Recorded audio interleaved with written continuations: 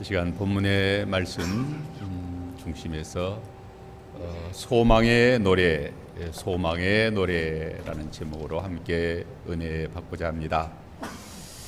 눈물의 선지자 예레미야는 이제 소망을 노래합니다. 유다와 예루살렘의 멸망을 인하여 눈물로 애가를 부르게 됩니다.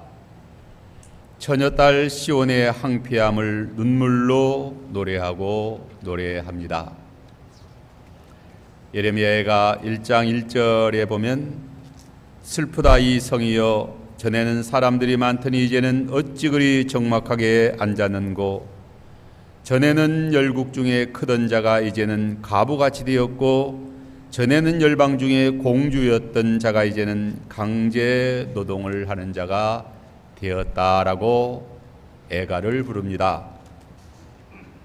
또 1장 2절에는 밤에는 슬피 우니 눈물이 밤에 흐리며 사랑하는 자들 중에 그에게 위로하는 자가 없고 친구들도 다 배반하여 원수가 되었다라고 합니다.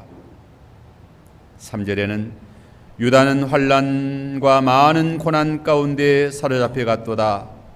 그가 열국 가운데 거주하면서 쉴 곳을 얻지 못하며 그를 핍박하는 모든 자들이 궁지에서 그를 뒤따라 잡았다라고 슬픔의 노래를 부릅니다. 유다와 예루살렘의 패망을 눈물로 노래합니다. 예루살렘 성이 사람이 많더니 이제는 적막하게 되었고 열국 중에 크던 자가 이제는 가부같이 되었고 전에는 열방 중에 공주였던 자가 이제는 강제 노동을 하는 자가 되었다라고 노래합니다. 시온의 도로들이 슬퍼하며 절기를 지키려 가는 자들이 없으며 절기 때에는 인산인해를 이루어 많은 전국 백성들이 시온의 도로를 가득 메웠는데 이제는 시온의 도로가 적막하여 절기를 지키러 오는 자들이 없다라고 탄식합니다. 또한 모든 성문이 적막하며 제사장들이 탄식한다라고 한탄합니다.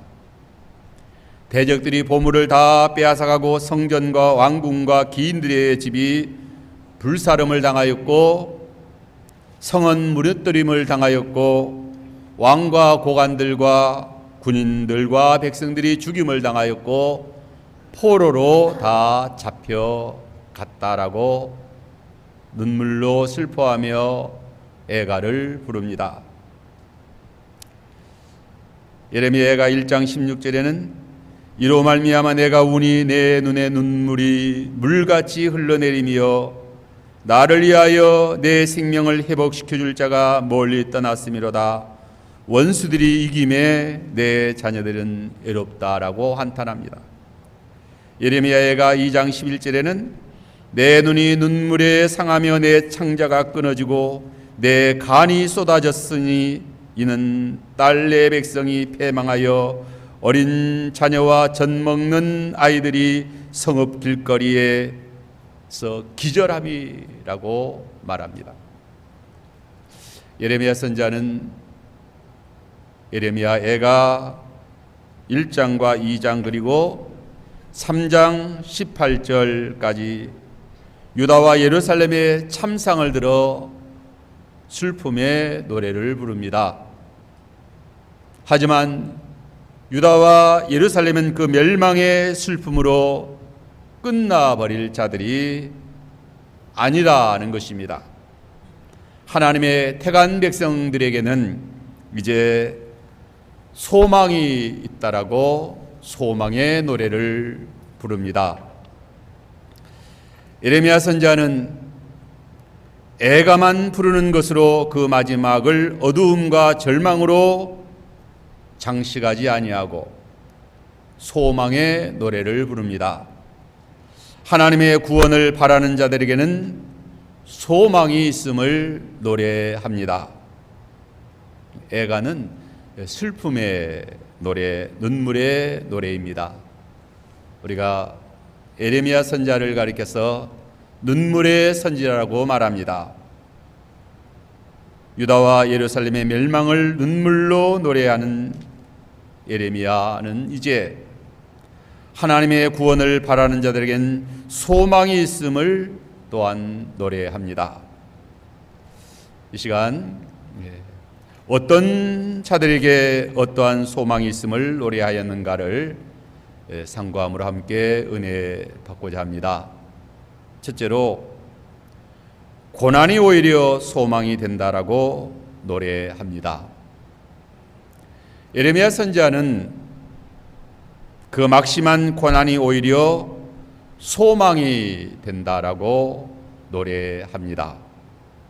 오늘 본문 19절로 20절에 내 고초와 재난 곧 쑥과 담즙을 기억하여 달라라고 하나님 앞에 부르짖습니다. 내 마음이 그것을 기억하고 낙심이 된다라고 고백합니다.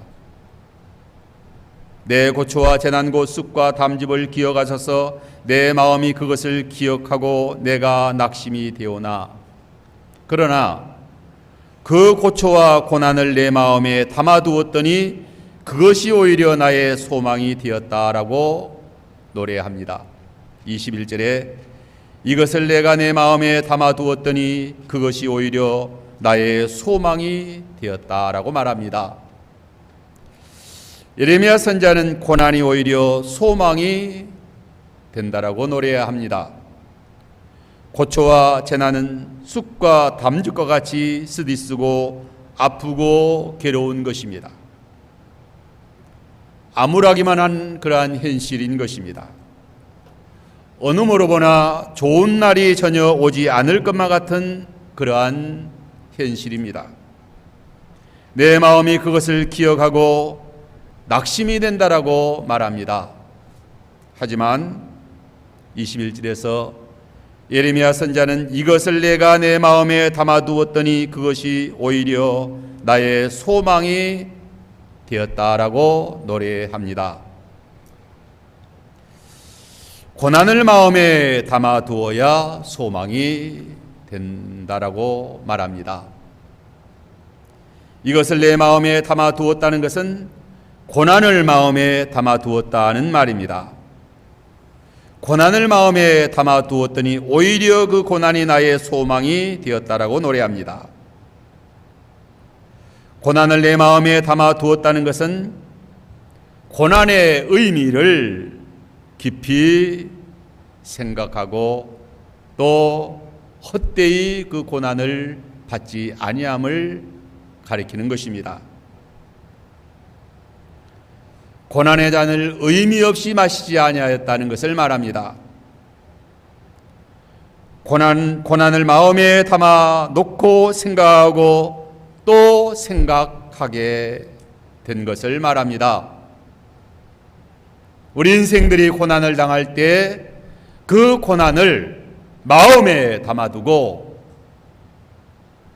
그 의미를 깊이 생각하며 되새기며 또 의미를 잘 간직하고 깨달아야 한다는 것이죠. 히브리서 12장 5절 6절에 내 아들아 주의 징계하심을 경히 여기지 말며 그에게 꾸지람을 받을 때에 낙심하지 말라. 주께서 그 사랑하시는 자를 징계하시고 그가 받으시는 아들마다 채찍질 하심이라고 했습니다. 주의 고난의 징계를 경히 여기지 말라고 했습니다. 그에게 꾸지람을 받을 때에 낙심하지 말라고 했어요. 주께서 그 사랑하시는 자를 징계하시고 받으시는 아들마다 채찍질 하신다라고 했습니다. 징계의 고난을 받을 때에 하나님께서 나를 무척이나 사랑하신다는 것을 깨달으라는 것입니다. 그리고 그 징계를 경홀히 여기지도 말고 그 징계를 받을 때에 낙심하지도 말라는 것입니다. 그 고난의 징계를 마음에 담아 잘 소화해내면 소망이 된다는 것입니다. 마음에 담아 두었다는 것은 경홀히 여겨 흘러 보내지 아니했다는 것입니다. 고난을 헛되이 받지 아니하였다는 것입니다. 고난의 징계를 받을 때 낙심하지 말아야 한다는 것이죠. 고난의 징계를 받을 때 낙심하는 자는 하나님의 사랑을 모르는 자인 것입니다. 또한 고난을 통하여 주시는 은혜와 복을 깨닫지 못하는 그러한 자인 것입니다. 그러므로 고난의 채찍이 올 때에 마음에 담아 두어야 하는 것입니다. 너무나도 소중한 보배이기 때문인 것입니다. 우리 인생들에게 하나님께서 고난을 주시는 것은 너무나도 소중하고 귀한 그러한 보배요 복이기 때문에 그것을 흘러 떠내려 보내지 말고 마음에 잘 담아두라는 거예요. 이전에 그 김현동 목사님은 고난의 징계는 하나님이 주시는 곰국이다라고, 옛날에는 곰국이 보약으로 그렇게 유익한 것이다라고 그렇게 생각을 했던 것입니다. 그래서 인생의 보약이다라는 그런 뜻입니다. 하나님께서 우리 인생들에게 참으로 사랑하는 자들에게 그 보약으로 고난의 징계를 내리신다는 것입니다. 그러므로 그 고난과 재난 고초, 그것을 생각할 때 내 마음이 낙심이 되지만 그 고난을 내 마음에 담아두었더니 소망이 생긴다는 거예요. 소망이 있다는 거예요. 이제 두 번째는 사람은 젊었을 때의 멍에를 메어야 소망이 있다라고 노래합니다. 27절로 28절에 보면 사람은 젊었을 때의 멍에를 메는 것이 좋으니 혼자 앉아서 잠잠할 것은 주께서 그것을 그에게 메우셨음이라 하고 했습니다. 사람은 젊었을 때의 멍에를 메는 것이 좋다라고 노래합니다. 주께서 그것을 그에게 메우셨기 때문입니다. 주께서 왜 멍에를 메우셨을까요? 그것이 좋기 때문이다 라고 말합니다. 좋기 때문이다. 유익하기 때문이다. 멍에를 메어야 소망이 있기 때문이다. 멍에를 메어도 젊어서 메어야 더욱 소망이 있습니다. 주께서 메어주신 멍에가 무엇입니까? 고난의 멍에입니다. 고생의 멍에입니다. 사람은 고난의 멍에를 메는 것을 좋게 여기지 않습니다. 고난의 멍에를 메기를 다 싫어합니다. 멍에를 메고 꼼짝 못하고 무거운 수레를 끌거나 밭을 가는 것을 좋아할 사람이 없는 것입니다. 다 편하기를 좋아하고 또 쉽게 살기를 좋아합니다. 편하게 살기를 좋아하는 거죠. 하지만 주께서 메어주신 고난의 멍에가 왜 이렇게 좋고 유익한가? 첫째는 고난의 멍에를 메면 죄를 그치게 됩니다. 고난의 멍에는 죄의 자유를 억압합니다. 사람들이 자유를 좋아합니다. 하지만 그 자유로 악을 행하는 데 사용합니다.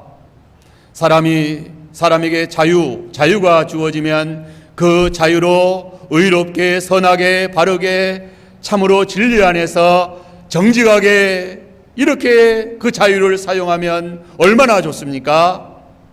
그러나 사람은 그러하지를 못합니다. 죄를 범하는 자유는 사망에 이르게 합니다. 사람은 전적 부패하고 전적 타락하였기 때문에 마음대로 하도록 버려두면은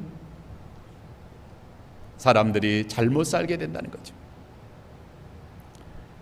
그러므로 자행자제하도록 버려두어서는 아니 된다는 거예요. 고난의 멍에를 메워 꼼짝 못하게 만들어야 된다. 그래야만 불의하게 살지 않고 범죄하지 아니하고 죄 가운데 살다가 속히 망하지 않게 된다는 거죠.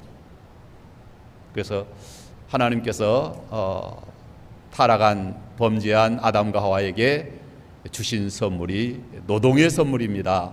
아담은 땀이 흐르도록 수고해야 양식을 얻게 하시고 또 여자들에게는 잉태하는 해산의 고통을 주셨는데 그것이 고난의 멍에인 것입니다. 그 고난의 멍에를 통해서 사람들이 죄를 많이 짓지 않게 된다. 그래서 돈 많고 환경이 좋고 편안하고 어려움도 없고 그러면 사람들이 뭐하고 삽니까? 허랑방탕하게 죄짓고 살다가 그 인생이 속히 망하게 된다는 거죠. 베드로전서 4장 1절 2절에 그리스도께서 이미 육체의 고난을 받으셨으니 너희도 같은 마음으로 갑옷을 삼으라. 이는 육체의 고난을 받은 자는 죄를 그쳤음이니 그 후로는 다시 사람의 정욕을 따르지 아니하고 하나님의 뜻을 따라 육체의 남은 때를 살게 하려 함이라고 했습니다. 육체의 고난을 받은 자가 죄를 그쳤다라고 했어요. 육체의 남은 때를 하나님의 뜻대로 살게 하려 하심이라고 했습니다. 그러므로 고난의 멍에를 메우신 것은 죄를 그치라는 거예요. 죄를 짓지 못하게 하시는 거다. 둘째는 연단을 받아 유능한 사람이 되게 때문입니다. 고난의 멍에를 통하여 연단을 받아 유능하고 실력 있는 일꾼이 됩니다. 농부가 젊은 소에게 멍에를 메워 훈련을 시킵니다. 일을 잘 하려면 오랜 시간 훈련을 받아야 합니다. 잘 길들여진 소는 농부에게 있어서 참으로 얼마나 귀한 그런 소인지 모릅니다. 그래서 농부가 소를 아끼고 사랑합니다. 그 소가 주인을 위하여 중요한 일들을 묵묵히 잘 감당해 주기 때문인 것입니다. 하나님께서 맡긴 막중한 사명을 어떤 사람이 잘 감당할 수 있습니까? 고난의 멍에를 메고 연단을 받은 사람인 것입니다. 하나님 앞에 귀하게 쓰임받은 사람들은 젊어서 고난의 멍에를 메고 연단받은 사람들이다. 혹독한 고난의 연단을 받은 사람들인 것입니다. 그러므로 성경에 등장하는 참으로 귀한 하나님의 사람들 다 젊어서 고난의 멍에를 잘 맨 사람들이에요.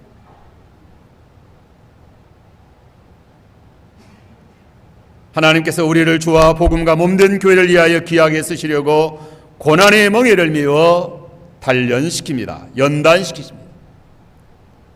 이런저런 환난, 시험, 고난으로 연단시킵니다. 우리가 한 세상 살다 보면 이런 일, 저런 일, 이런 시험, 저런 시험, 이런 환난, 이런 고통, 저런 고통, 오만 가지 여러 가지 일들을 다 겪으면서 살아가는 거예요.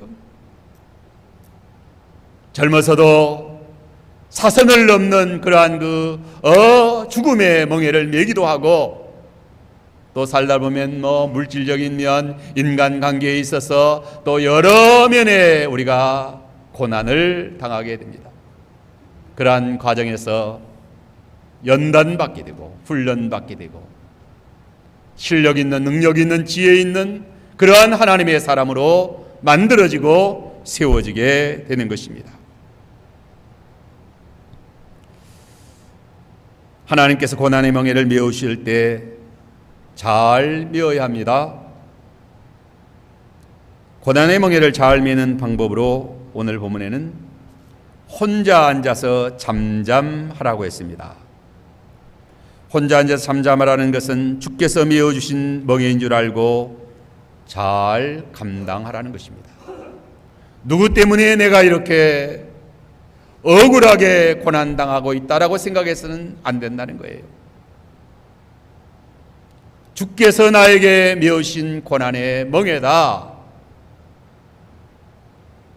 그러므로 혼자 앉아서 잠잠하는 것은 고난의 멍에가 너무 무겁고 힘들어서 못 매겠다고 아우성 치지 말라는 거예요. 혼자 앉아서 묵묵히 잘 감내하며 그 고난의 멍에를 잘 매는 사람은 소망이 있습니다. 고난의 멍에를 잘 매면 이 세상에서 어떤 위기의 상황에서도 실패하지 않습니다. 그러한 능력의 사람으로 만들어지고 길러지는 것입니다. 황무지에 내 던져놓아도 살아남을 수 있는 것입니다. 군대에서 아주 극기 훈련을 시키는 방법으로 산에다가 그저 버려두면은 맨날 며칠 그저 산에서 개구리도 잡아먹고 풀뿌리도 캐먹고 그래서 그냥 생존하고 또 훈련하는 그런 그 훈련도 시킨다고 하는데, 하나님께서 우리로 하여금 젊어서 이 고난의 멍에를 잘 메어서 연단받은 훈련받은 사람은 이 세상, 거친 세상, 험한 세상, 풍파많은 세상, 이기의 세상, 어떠한 난관과 이기에 처하여도 거기서 굳건하게 하나님 나라를 세울 수 있고 진리의 기둥과 같은 그런 그 자로서 진리를 세울 수 있고 빛을 비출 수 있고 하나님의 거룩한 뜻을 이루어 나갈 수 있는 그러한 하나님의 사람으로 세워지게 되는 것입니다. 그래서 젊어서 멍에를 잘 매는 자는 복이 있습니다. 그 다음에 세 번째는 겸손히 낮아져야 소망이 있다라고 노래합니다. 29절에 입을 띠끄려야 될지어다 라고 했습니다. 또 30절에는 자기를 치는 자에게 뺨을 돌려대며 치욕으로 배불릴지어다 라고 했어요. 여기 입을 띠끄려야 될지어다 라는 것은 겸손히 낮아지라는 것입니다. 얼굴을 숙여 엎드리면 입이 띠끄려야 닿게 됩니다. 얼굴을 땅에 닿도록 숙이라는 것입니다. 이는 겸손히 엎드리라는 것이에요. 입을 띠끄려야 될지어다. 미천한 자리에 내려가는 것을 말합니다. 오늘날 사람들이 다 높아지고 호화호식해서 호강하게 자랐어, 귀하게 자랐어. 손으로도 띠끌을대기를 싫어합니다. 손으로 걸음더미나 인분을 만지는 거 질색을 합니다. 그러한데 더더욱이 입을 띠끌에 대기를 좋아하겠는가 하는 것입니다. 입을 띠끌에 닿게 하라는 거예요. 그 손양원 목사님은 애양원에서 나환자들과 함께 지내면서 나환자들의 발이 썩어 고름이 가득한 한부를 입으로 다 빨아주면서 그렇게 섬기면서 그들을 돌봤다라고 말하잖아요. 그런데 그 주위에 있는 어떤 이제 목사님은 음성 환자는 다 나환자이기는 하지만 다 나은 사람입니다. 균이 다 이제 활동성이 없는 그런 전염성이 없는 사람이에요. 그런 분이 손으로 악수하자고 손을 내밀었는데 손이 악수도 못하고 뒤로 이렇게 손을 뒤로 뺐다는 그런 그 이야기도 있습니다. 낮은 일, 굳은 일, 어렵고 힘든 일은 내 몫이라는 정신으로 살아야 소망이 있는 거예요.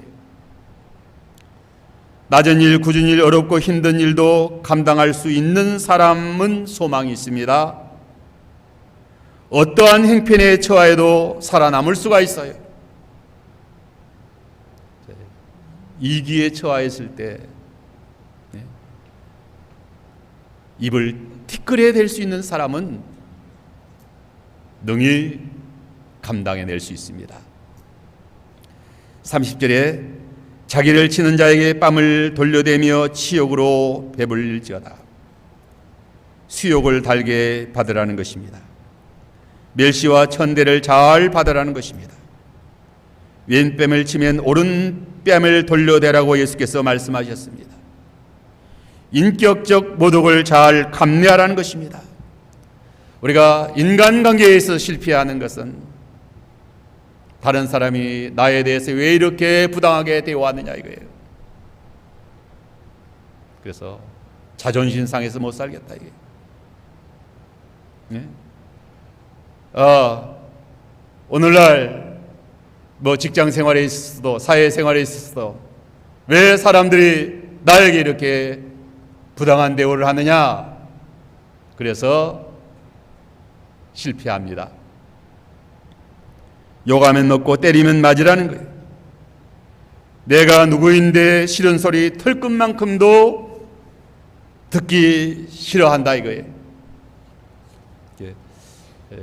하나님의 아들 예수 그리스도도 뺨도 맞으시고 얼굴에 침뱉김도 당하시고 욕을 당하시되 대신 욕하지 아니하시고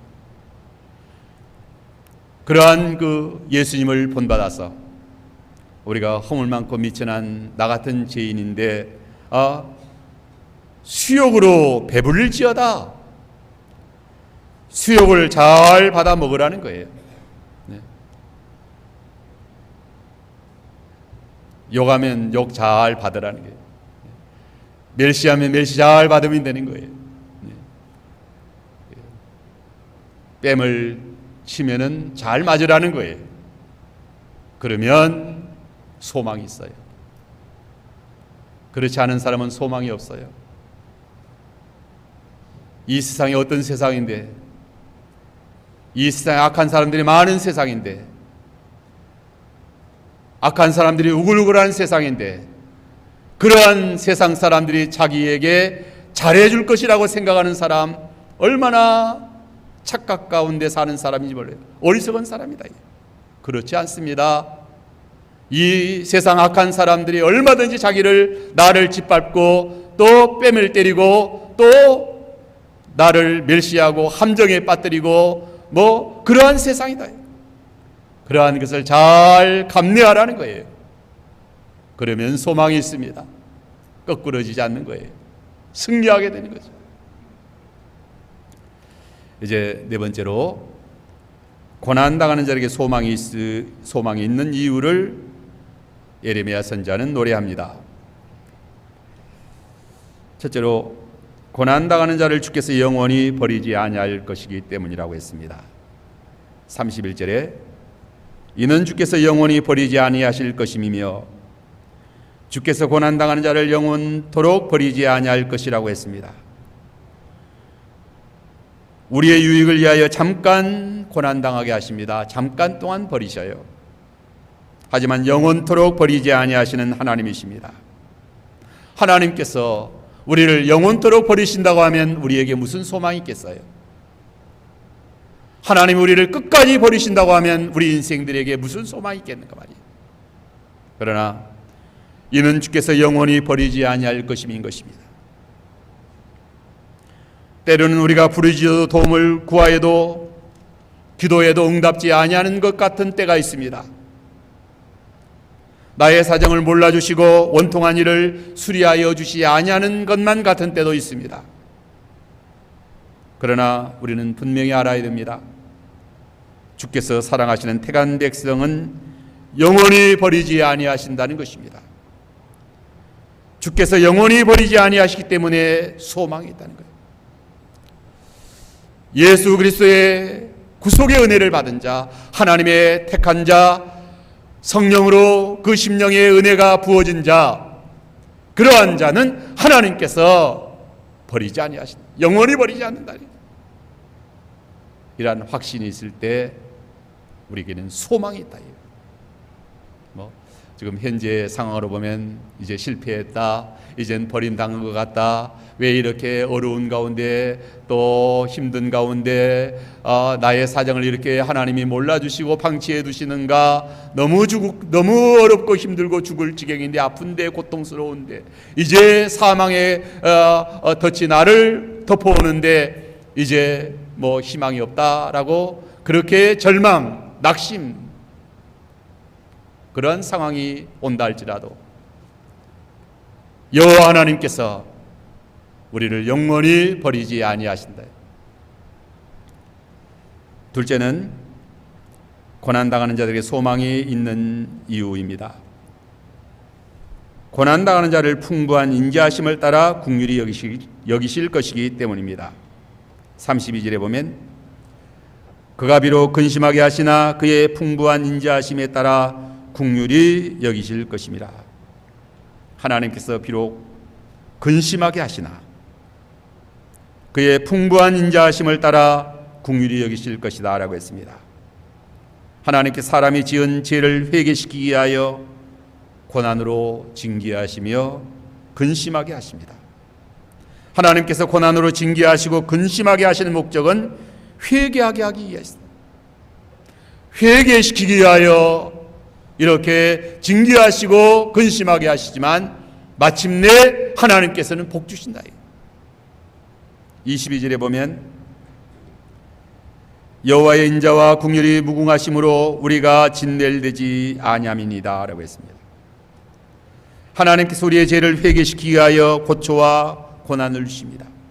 쑥과 담줌으로 아프게 하시고 힘들게 하십니다. 그러한 때에는 낙심이 되기도 합니다. 그러나 우리에게 소망이 있다는 게, 우리에게 소망이 있는 까닭은 여호와의 인자와 긍휼이 무궁하기 때문이다. 주님의 징계는, 고난은, 채찍은 잠깐이지만 주님의 인자와 긍휼은 영원하다, 무궁하다는 거예요. 얼마나 감사합니까? 주님이 우리를 아프게 하고 근심하게 하는 것은 잠깐이지만 주님께서 우리를 사랑하시고 긍휼히 여기시고 복 주시는 것은 영원하다. 영원한 영광의 복에 이르게 하기 위하여, 예수 믿게 하기 위해서, 잘 믿게 하기 위해서, 회개하고 바로서게 하기 위해서 잠깐 근심하게 하고 잠깐 고난받게 하고 잠깐 시련을 주시는 것입니다. 하나님의 긍휼과 사랑은 죄인된 우리를 그의 죄와 사망에서 구원하신 그러한 그 놀라운 긍휼과 사랑인 것입니다. 독생자 예수 그리스도를 아끼지 아니하시고 주신 긍휼과 사랑인 것입니다. 이러한 한없는 하나님의 긍휼과 자비가 우리와 함께하기 때문에 우리에게는 소망이 있습니다. 이제 셋째로, 주께서 인생으로 고생해 가심은 본심이 아니시기 때문에 소망이 있습니다. 33절에 보면 주께서 인생으로 고생해 가시며 근심하게 하심은 본심이 아니시로다. 우리 하나님의 마음이 이러하다는 거예요. 하나님의 본심. 우리가 자녀들 길러보면 부모의 본심을 잘 모르고 자녀들이 나를 미워한다, 또 왜 나에게 이렇게 부당하게 하는가라고 그렇게 오해하지 않아요? 그러나 부모님의 본심은 자녀들을 잘 되게 하기 위해서 때로는 혼도 내고 야단도 치고 때로는 매도 때리고 그래야 하지 않습니까? 하나님의 마음의 본심이 그러하다는 거예요. 주께서 인생으로 고생하게 하시며 근심하게 하심이 본심이 아니다. 우리 하나님은 긍휼과 사랑이 무한하시기 때문에 인생으로 고생하게 하심은 본심이 아니에요. 주의 본심은 한없는 은혜와 평안과 복만 주시기를 원하십니다. 영원한 영광의 구원에 이르게 하시는 것이 주님의 본심이세요. 그런데 왜 고난을 주시는가? 왜 때로는 근심하게 하시는가? 영원한 영광의 구원에 이르게 하시기 위하여 그 징계가, 고생이, 근심이 필요하기 때문에 불갑을 그렇게 하시는 것이다. 여호와께서 우리를 미워하시고 고생하시는 것이 아닙니다. 여호와께서 우리를 저주하시고 망하게 하시려고 고초를 당하게 하시고 또 우리를 괴롭히는 것이 결코 아니라는 것이죠. 하나님이 우리를 사랑하시기 때문에 징계하시고 아들과 같이 특별 대우하시는 것이다. 고난의 징계가 없으면 친아들이 아니고 사생자라고 했습니다. 오직 하나님은 우리의 유익을 위하여 징계하십니다. 그의 거룩하심에 참여시키기 위하여 하신다. 무릇 징계가 당시에는 즐거워 보이지 않고 슬퍼 보이나 후에 그로 말미암아 연단받은 자들은 의와 영광과 평강의 열매를 맺게 됩니다. 우리 하나님께서 피곤한 손과 연약한 무릎을 이렇게 세우시고 너의 발을 위하여 곧은 길을 만들어 영광에 이르게 하시려고, 승리케 하시려고 하나님께서 이렇게 사랑하셔서 본심이 아니시지만 때로는 매도 때리시고 고난도 주신다라고 했습니다. 이제 네 번째는 주께서 아침마다 새롭게 하시니 소망이 넘친다라고 했습니다. 23절에 이것들이 아침마다 새로우니 주의 성실하심이 거두소이다 라고 했습니다.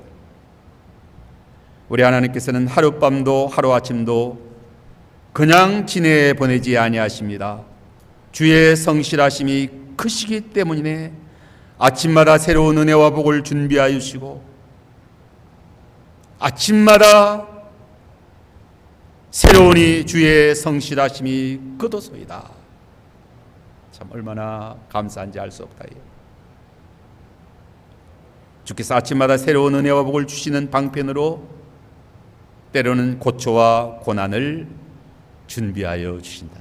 이 고초와 고난, 이 고초와 고난이 이렇게 우리 사람들에게 복이 되고 유익하다는 거예요. 만약에 타락한 인생들에게, 범죄한 인생들에게 하나님이 고초와 고난의 징계를 내리시지 아니하였다고 하면 과연 인생들이 어떻게 됐을까? 인류 역사가 어떻게 됐을까? 인류 역사는 벌써 아마 종말을 구하고 말았을 것입니다.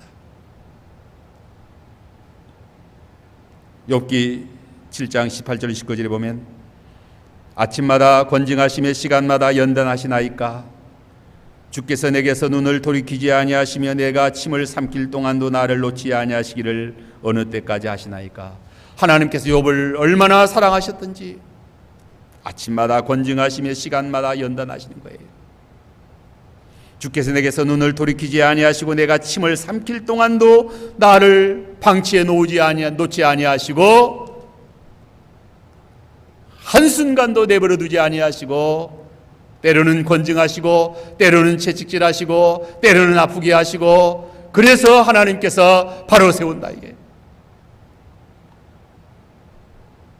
이것들이 아침마다 새로우니 주의 성실하심이 거두소이다. 아침마다 권징하시고 시간마다 연단하신 주의 성실하심이 크다라고 말합니다.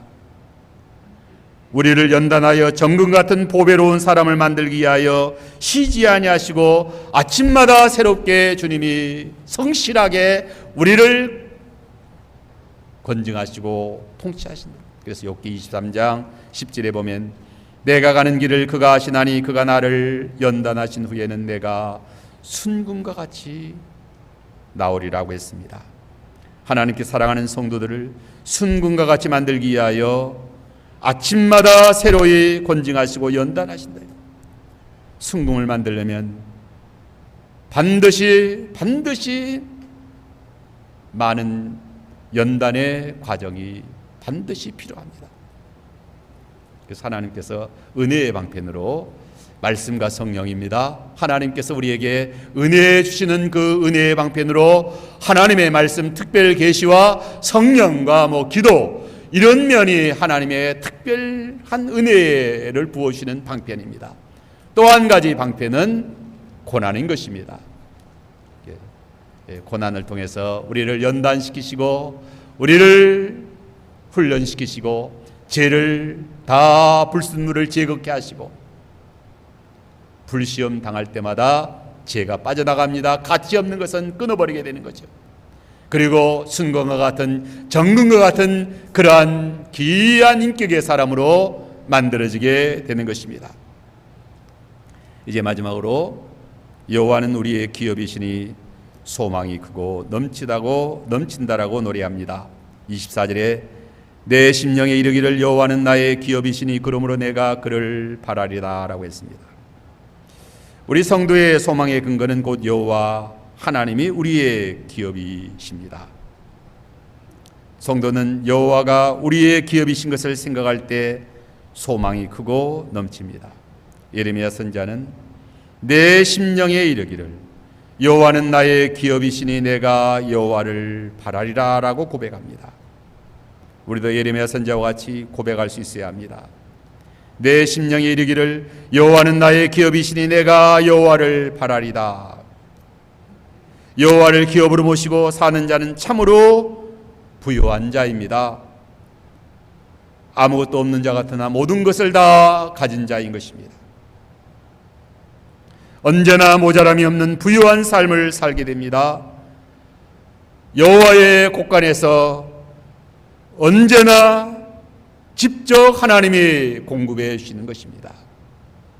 그래서 성경에 여호와를 기업으로 모시고 사는 자들, 우리가 잘 아는 엘리야가 이 땅에 자기가 이 땅에 무슨 집이 있었습니까? 아니면 무슨 기업체가 있었습니까? 아니면 하지만 여호와가 기업이잖아요. 여호와가 기업이시다.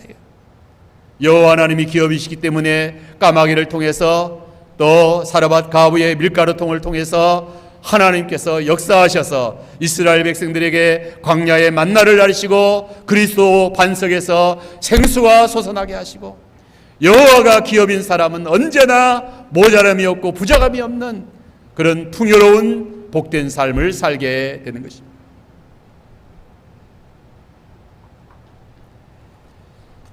여기 오늘 본문 25절 26절에 보면 기다리는 자에게나 구하는 영혼들에게 여호와는 선하시도다. 사람이 여호와의 구원을 바라고 잠잠히 기다림이 좋다라고 했습니다. 하나님은 기다리고 구하는 영혼들에게 선을 베푸십니다. 성도는 고초와 재난 중에도 여호와께 소망을 두고 기다리고 구해야 합니다. 이 세상과 문제와 사건과 형편과 사람들만 보지 말고 여호와께 소망을 두고 기다리고 구하라는 것. 우리가 살아갈 때 너무나도 이 세상 육신의 눈으로 세상만 봅니다. 사람만 봅니다. 자기의 형편만 따집니다. 그러면 소망이 없어요. 여호와 하나님이 나의 기업이시다. 여호와 하나님을 바라보고 우러러보고 여호와 하나님이 나의 기업이시오, 나의 소망이시오, 나의 힘이시오, 나의 방패시오, 나의 능력이시오, 나의 하나님이시다. 하나님이 이로부터 하나님이 나에게 복 주시고 은혜 주시고 하나님이 역사하셔서 산다. 여기 잠잠히 기다림이 좋도다라고 했습니다. 이 잠잠히 기다린다는 것은 오로지 여호와 하나님께만 소망을 두고 기도하며 기다리는 것을 말합니다. 구원은 전적으로 여호와 하나님께로 임합니다. 한치의 오차도 없이 구원하실 자를 구원하십니다. 구원은, 복은, 생명은, 좋은 선물은 여호와 하나님께로부터 임합니다. 그러므로 잠잠히 기다림이 좋도다. 구원을, 은혜를 잠잠히 기다리고 하나님을 우러러보고 기다리라는 거예요. 이사야 30장 15절에 주 여호와 이스라엘의 거룩하신 자가 말씀하시되 너희가 돌이켜 안연히 처하여야 구원을 얻을 것이요 잠잠하고 신뢰하여야 힘을 얻을 것이오늘 너희가 원치 아니하였다. 왜 원치 않느냐 이게. 잠잠하고 신뢰하여야 힘을 얻을 것이다. 안연히 처하여야 구원을 얻을 것이다. 잠잠히 기다림이 좋도다. 기다린 자에게, 구하는 자의 영혼에게 여호와는 선하시도다. 사람이 여호와의 구원을 바라고 잠잠히 기다림이 좋도다. 이젠 아무리 기다려도 세월이 많이 지났네요. 이젠 가망이 없네요. 이젠 다 끝나가는 인생이네요. 아브라함과 같은 경우 자식을 주신다고 했는데 100세가 되도록 안 주시네요. 그래서 히브리서에 보면 아브라함이 하나님의 약속을 오래 참아 믿어 마침내 받았다라고 했습니다. 잠잠히 기다림이 좋도다. 하나님께서 하나님만 믿고 의지하고 기다리면 하나님께서 반드시 그 믿음에, 그 기다림에, 그 소망에 하나님이 역사하시고 복을 나려 주십니다. 그러한 은혜가 오늘 우리들에게 넘치기를 바랍니다. 예레미야의 소망의 노래, 고난당하는 자들에게 소망이 있음을 노래합니다. 젊어서 멍에를 메는 자가 소망이 있다라고 했습니다. 겸손히 낮은 자리에 처하여 입을 티끌에 대자요. 입을 티끌에 대자. 요새 아이들 손으로도 티끌 대지 않게 기르려고 부모들은 그렇게 말합니다. 그거 아주 잘못된 거예요. 하나님은 우리로 하여금 입을 티끌에 대가요. 뺨을 잘 맞으라는 거예요. 뺨을 맞고도 수욕으로 배를 채울 수 있는 사람이라고 하면 이 어떠한 이 세상 악한 사람들의 그 인간관계 속에서도 승리할 수 있습니다. 거꾸러지지 않는 거예요. 하나님이 구원하여 주시기 때문에 우리에게는 소망이 있습니다. 우리의 구원은 하나님께로부터, 복은 하나님께로부터 임하는 것을 확신하고 우리가 이 소망의 노래, 예레미야 선자의 애가의 노래가 앞에 나여 소망의 노래를 불렀다.